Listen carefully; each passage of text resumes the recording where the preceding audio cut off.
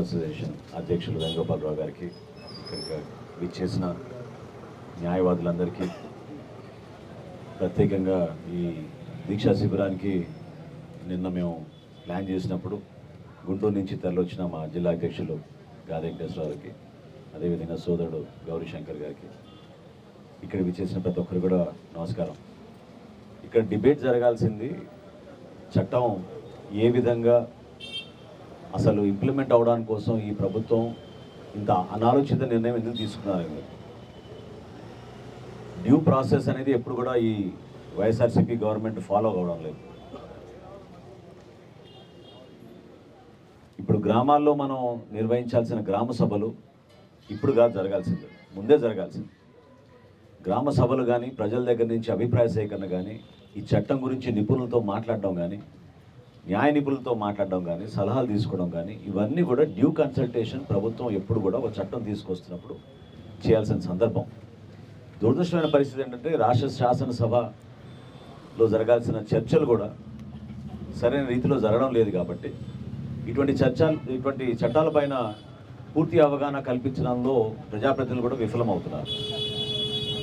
ఈ చట్టం బేసికల్గా అన్డెమోక్రాటిక్, రాజ్యాంగానికే విరుద్ధం, సామాన్యుడికి మన రాజ్యాంగంలో ఇచ్చిన హక్కుల్ని ఉల్లంఘిస్తూ న్యాయ వ్యవస్థని పక్కదారిని తీసుకెళ్లే విధంగా ఈ ప్రభుత్వం కుట్రపూరితంగా ఆలోచిస్తోంది. మీరందరూ ఈరోజు ఈ దీక్షా శిబిరంలో గత 2 వారాల నుంచి కూర్చుని మీరు దీన్ని వ్యతిరేకిస్తూ ప్రజల్లోకి ఒక అవగాహన కల్పించడానికి మీరు చేస్తున్న ప్రయత్నానికి మీ అందరం కూడా ఈరోజు జనసేన పార్టీ నుంచి వచ్చి మీకు మద్దతు తెలపడం ప్రధాన కారణం అదే. ప్రజలకు ఇంకా తెలియాలి దీని గురించి. కొంతమంది సామాన్యులు పాపం ఇదంతా ఎందుకు, అసలు పట్టాదారు పాస్బుక్ ఒకసారి తీసుకున్నాక ఆ రైతుకి సర్వ హక్కులు నా దగ్గరే ఉన్నాయి, నా కుటుంబానికే ఉన్నాయని భావించుకుని పాపం ఇంకొకసారి ఆ ఆస్తుల్ని ఆయన విక్రయిస్తున్నప్పుడే దాని గురించి ఆలోచిస్తారు. అంతేగాని వీళ్ళు పెట్టిన సబ్ క్లాజులు, లేదా పలానా ఆఫీసర్ని కలవాలి, పలానా చోట పోయి మన టైటిల్ రిజిస్ట్రేషన్ చేయించుకోవాలి, లేదా ఈ క్రాప్ కోసం మీరు ఇవన్నీ కూడా నమోదు చేయాలి, ఇటువంటి వివరాలు సామాన్యులకు తెలియదు.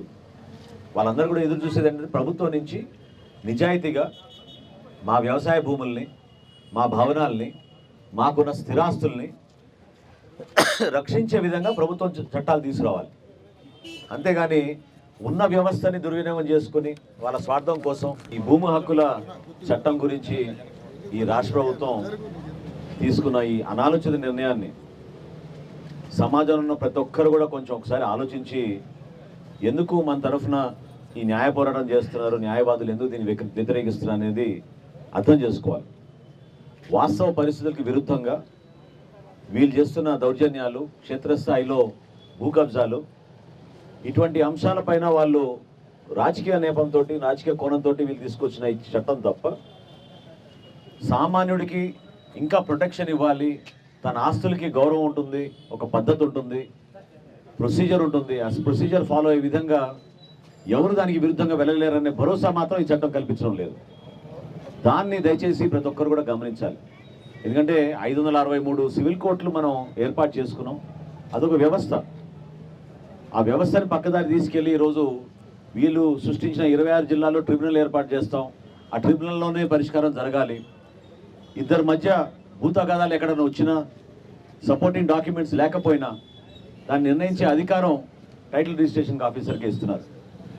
ఒక్కసారి నేను మన రైతుల్ని, పౌరులందరూ కూడా రిక్వెస్ట్ చేస్తున్నాను, మీరు ఒక పట్టాదారు పాస్బుక్ కోసం ఎన్ని ఇబ్బందులకు మీరు గురవుతారో, ఏ విధంగా అధికార యంత్రాంగం మిమ్మల్ని తిప్పుతుందో మీకు తెలుసు.